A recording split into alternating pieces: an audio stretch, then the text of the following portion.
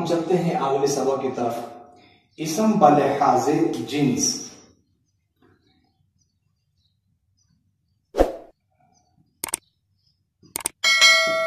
اسم بلحاظ جنس. جنس جنس کے دو ہی قسم ہیں,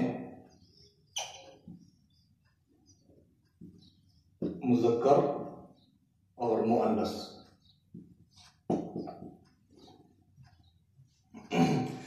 اب ہمارے زیر بحث جو چیز ہے وہ مؤنث ہے, تو ہم ذرا مؤنث کی تقسیم کرتے ہیں. اور دوسری بات یہ ہے کہ میری کوشش رہے گی کہ میں سبق کو انتہائی مختصر کروں اور اختصار کے ساتھ اس کو جامع بناؤں تاکہ آپ لوگوں کو سمجھنے میں بھی آسانی ہو. تو مؤنث کی تقسیم کرتے ہیں. مؤنث کی تین قسمیں ہیں, مؤنث حقیقی, قیاسی, سماعی.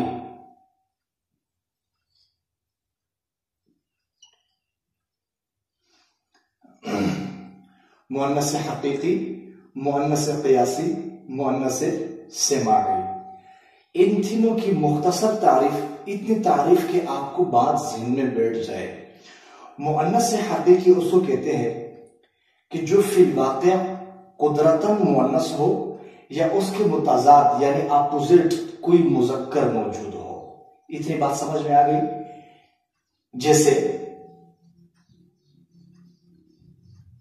امون, ابن, ماں اور باپ, بہن اور بھائی. اس طریقے سے جوڑا موجود ہو مؤنث اور اس کے جوڑے میں مذکر موجود ہو تو وہ مؤنث حقیقی ہے. اور مؤنث قیاسی کیا چیز ہے؟ مؤنث قیاسی کو سمجھنے کے لیے ہم نے تین علامتوں کو سمجھنا ہے. وہ تین علامتیں جس اسم کے اندر پائی جائے ہم سمجھیں گے کہ یہ مؤنث ہے اور مؤنث کے اقسام میں سے مؤنث قیاسی ہے. وہ تین علامتیں کیا ہیں؟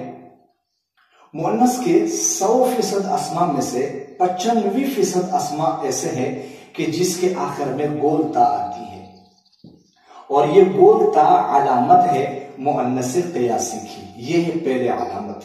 جیسے مسلمتن, مسلم, یہ آخر میں جو گول تا آ گئی یہ گول تا علامت ہے مؤنث قیاسی کی.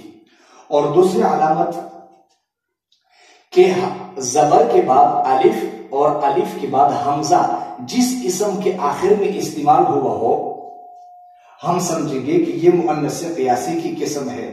جیسے مثال کے طور پر حمراء, سوداء,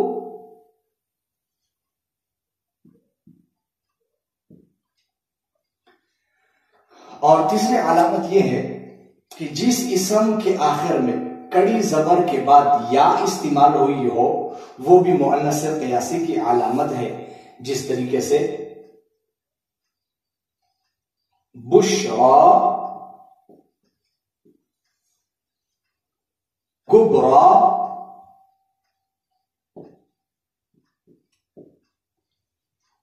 تو مؤنث حقیقی وہ ہے کہ جو فی الواقع قدرتاً مؤنث ہو یا پھر اس کا اپوزٹ, اس کے متضاد میں کوئی مذکر موجود ہو. اور قیاسی وہ ہے کہ جس اسم کے آخر میں گولتا ہو یا جو اسم زبر کے بعد الف اس کے بعد حمزہ پہ ختم ہو رہا ہو یا جو اسم کڑی زبر کے بعد یا کے اوپر ختم ہو رہا ہو وہ مؤنث قیاسی کی علامتیں ہیں, وہ مؤنث قیاسی ہی ہے.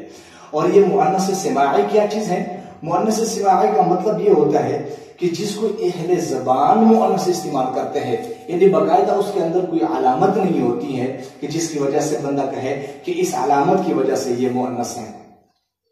اہل زبان سے سنا ہی اس طریقے سے, اس لیے وہ اسماء مؤنث استعمال ہوتے ہیں. تو مؤنث سماعی ملکوں کے تمام نام, شہروں کے تمام نام, یہ مؤنث سماعی ہے. اور اس کے ساتھ ساتھ قرآن پاک میں تقریباً 16 اسماء ایسے استعمال ہوئے ہیں کہ جو مؤنث سماعی ہے. میں اس میں اختصار کے ساتھ کچھ لکھ دیتا ہوں تو انشاءاللہ تعالی ہمارے لیے آسانی ہوگی.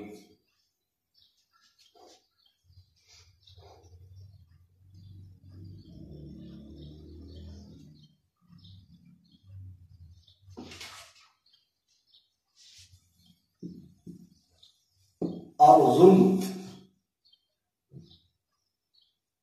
حرب نار سماء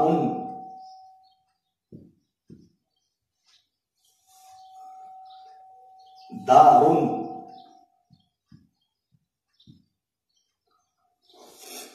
عساء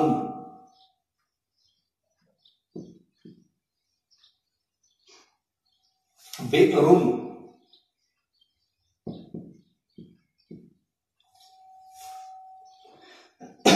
اسی طریقے سے ریح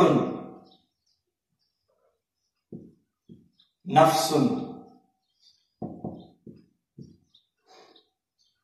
سبیل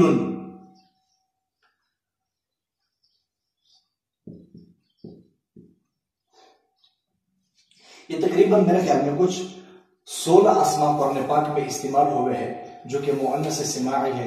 یہ کچھ اسماء تو میں لکھ چکا ہوں اور انشاءاللہ کوشش یہ ہے کہ انشاءاللہ مزید اسماء بھی آپ کے سامنے لا کر کے حاضر کریں گے انشاءاللہ تعالی.